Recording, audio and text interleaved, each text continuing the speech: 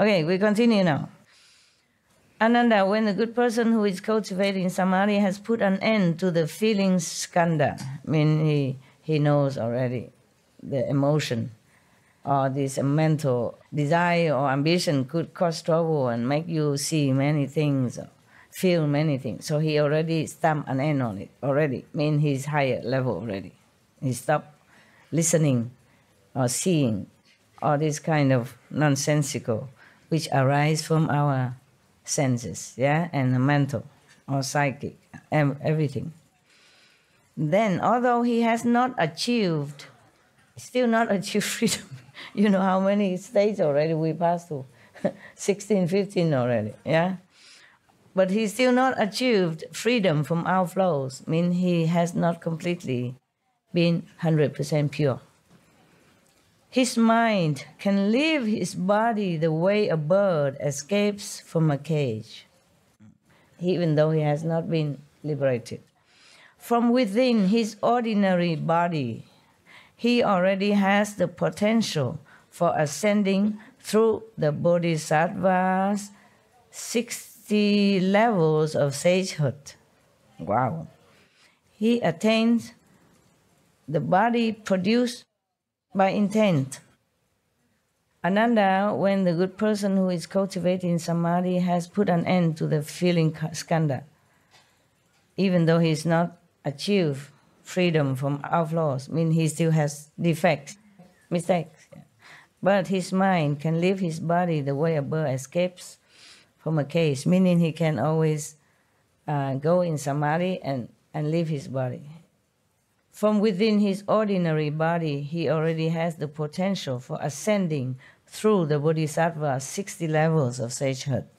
He attains the, quote, body produced by intent, end quote, and can roam freely without obstructions. This is like someone talking in his sleep, although he does not know he is doing it. His words are clear, and his voice and inflection are all in order. So those who are awake can understand what he is saying.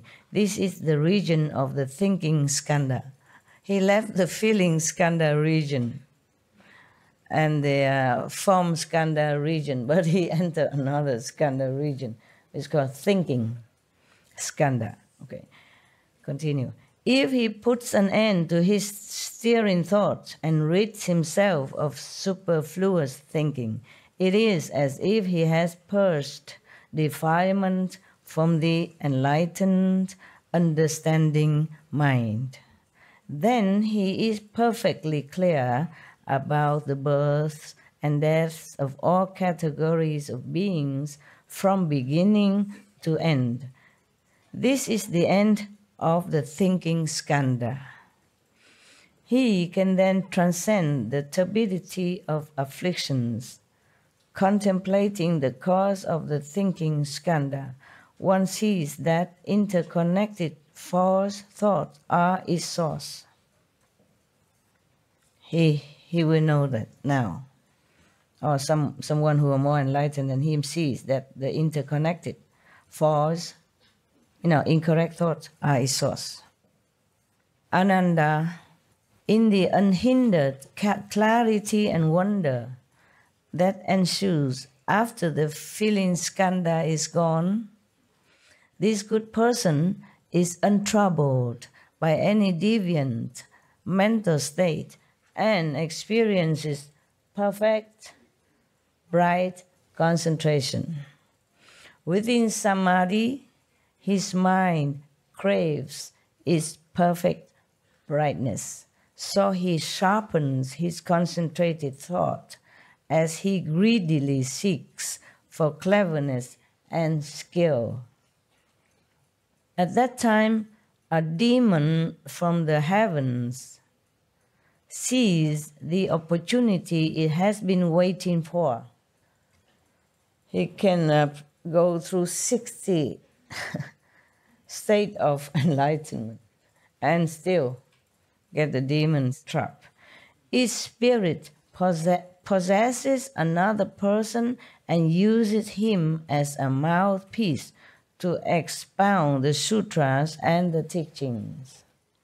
This person, unaware that he is possessed by a demon, claims he has reached unsurpassed nirvana. When he comes to see that good person who seeks cleverness and skill, he arranges a seat and explains the teachings. In an instant, he may appear to be a bhikkhu, enabling that person to see him as such, or he may appear as a Shakra, mean the god, one of the heaven god of the 33 heavens, or as a woman, or as a bhikshuni, mean a nun, or his body may emit light as he sleeps in a dark room. Okay, so this is not the person who is just practicing, but the demon possessed somebody else and then appear to this cultivator in meditation or normally, and then appear like he's a bodhisattva or monks and nuns, and so telling him things, yes? Because this one, the ghost or the demon, of course, has some power. So when he sleeps, he even emits lights and all that. So other people would think, wow, must be a saint. It happened. Yeah, some people have that before. Before here, not here. In Taiwan, yes. Somebody sleep and don't have electricity, but then the room is brightened. The good person, meaning the one that has been seeking cleverness and skill, while meditating, the good person is beguiled and fooled into thinking that the other is a bodhisattva, the one who emits light when sleep in dark room. Yeah. He believes the other's teachings and his mind is swayed. He breaks so his mind became misled, because he believed in this demon who possessed another person and emit light and talk dharma and all that stuff. Yeah. Emit light in a dark room, eh? We would all think that that person must be a saint, right? If we saw that ourselves, something extraordinary. Yeah, many people believe that. Some in Taiwan, happening. It happened. I don't know if it's still happening, but it happened. And people believe a lot in that person. So the person who meditates and passes through so many stages already still seek cleverness and skill. So this good person have been preached by the demons possessed person. And now he thinks that that person who is possessed by demon is a bodhisattva, a saint. Therefore, this so-called bodhisattva was preaching to him, and then he believed it. So his mind wavered. So he breaks the Buddha's moral precepts. Oh, that's bad. Not just misled, but break the precepts. And covertly indulges in his greedy desires, many desires. Whatever he desired, he fulfilled it. He indulged in it. So the other person is fond of speaking about calamities, auspicious events, and unusual changes. He may say that a Tathagata has appeared in the world at a certain place. He may speak of catastrophic fires or wars, thus frightening people into squandering their family wealth without reason. This is a strange ghost that in its old age has become a demon. It disturbs and confuses the good person, but when it tires of doing so, it will leave the other person's body. Then both the disciples and the teacher will get into trouble with the law. When the demon, possess another person, not the meditator, that seek cleverness and skill, but a demon possess another person, a third person, and then he came and teach this meditator who seek cleverness and skill. And he preach a lot of things and talk about so many things, and many people believe him, follow him. And this ghost or this demon side of the game, he left. And then the person who was possessed before became nothing. And the so-called disciple, the meditator, also became, both of them became nothing again. Sucked up the energies and strength and power and faith or whatever, and they continue to do bad things because the so-called master taught him that. Both of them continue to do bad things. But without the power of protection of that demon, they both will be caught by the law. Maybe before, when that demon's still there, he will kind of ward off any power that comes. But after the demon left, then they still continue to do bad things, with their desires. Then the government will catch them. You, Ananda, Buddha continued, you should be aware of this in advance and not get caught up in the cycle of transmigration. If you are confused and do not understand, you will fall into the relentless hells. There's some more. My God. Meditation is not all that safe if you don't know how. Kuan Yin is the safest already. Unless you still go and mess up with local ghosts and stuff like that in those small. Sometimes local people make some local thing to worship some local god. And if you come worship them, sometimes they possess you if they like you. And then if you seek other higher dimension by another master, they will make you trouble.